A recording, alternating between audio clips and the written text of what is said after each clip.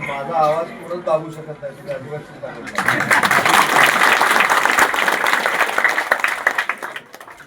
पण इथं आल्यानंतर मनापासून समाधान वाटलं.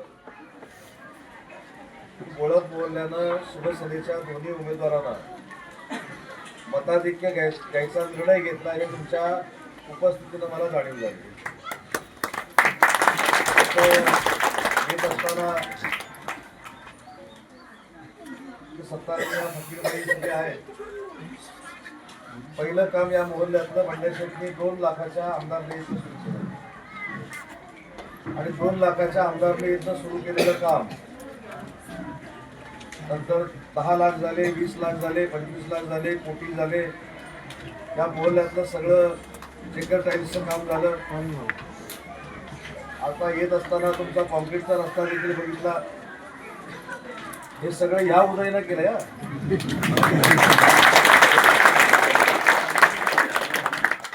तुम्हाला काहीतरी वेगळं वाटायचं. मला आता नंदाशेठ मुरकर सांगत होते या महिला भगिनींसाठी जी नळपाणी योजना केली ती देखील काही लोक सांगतात की त्यांनी केली, पण त्यांनी करण्याचा काही संबंध येत नाही. 2004 पासून तुमच्या कुटुंबातला उदय सामंत तालुक्याचा आमदार आहे, त्याच्यामुळे ती देखील आमच्या सगळ्यांच्या माध्यमातून झालेली आहे. त्याच्यामुळे आता काहीच राहिलेलं नाही. म्हणून तुमच्याकडे यायचं, 3-4 लोकांना त्यांच्या मित्रमंडळीला बरोबर घेतलेला आहे. शिरोशायरी जोरदार सुरू आहे. आज बघितलं मी कुठेतरी व्हिडिओ, तर 9 तारखेनंतर समोरच्या उमेदवाराला कायमस्वरूपी शिरोशायरी करायला आपल्याला पाठवायचं.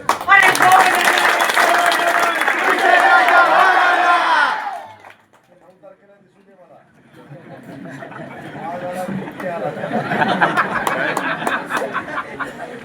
आज संपूर्ण परिसरामध्ये गोळप जिल्हा परिषद गट सुरू होतो. त्या गोळप जिल्हा परिषद गटात येत असताना प्रत्येक गावातल्या कार्यकर्त्यांशी बोललो, फाट्यामधल्या लोकांशी बोललो, कोंब्यामधल्या लोकांशी बोललो, पडसो, कुर्ली, कसो, त्याच्यानंतर तिकडे गणेशगुळे, तांदूळ, विरुळ. मी तुम्हाला अजून एक महत्वाची गोष्ट सांगतो की ज्या गावातले उमेदवार आहेत त्या निरुळ गावामध्ये देखील नंदाशेठ मुरकर आणि नेताजी पाटलांना मतदान होणार.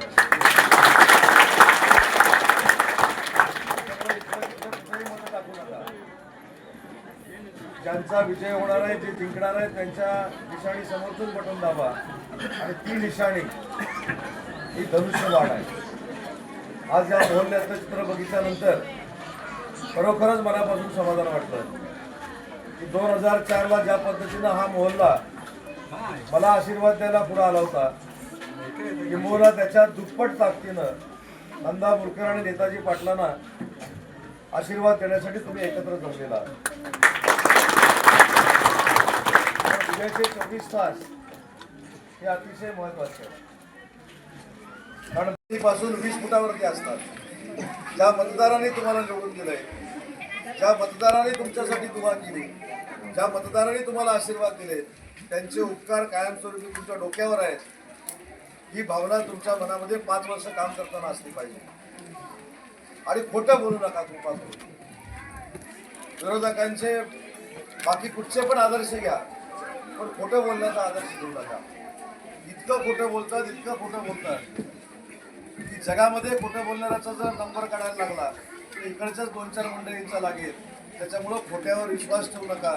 जे सच्चे तुमच्यासोबत काम करताय आणि कधीतरी त्यांना विचारा, जे एवढं खोटं बोलताय.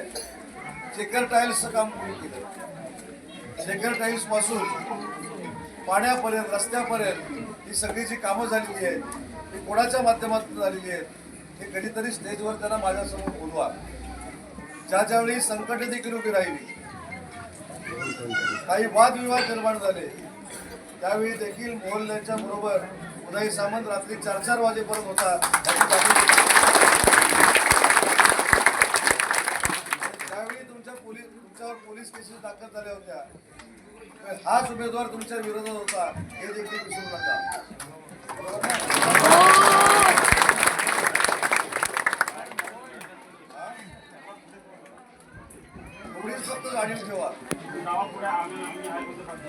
आणि आणि 4 वाजेपर्यंत सोडवायला कोण होतं. तेव्हा ही जाणीव ठेवा. आता खरं नातं फार बोलतो. मला महिला भगिनींना देखील विनंती करायची आहे की ज्या लोकांना, ज्या पुरुष मंडळीला काही लोकांनी पोलीस स्टेशनचा रस्ता दाखवला, त्या लोकांना जाणीव करून देण्याची गरज आहे, त्याला जागा दाखवण्याची गरज आहे. आणि सगळ्याच्या सगळं मोहल्ल्यातलं मतदान हे आम्ही धनुष्यबाणावरच करणार आहे.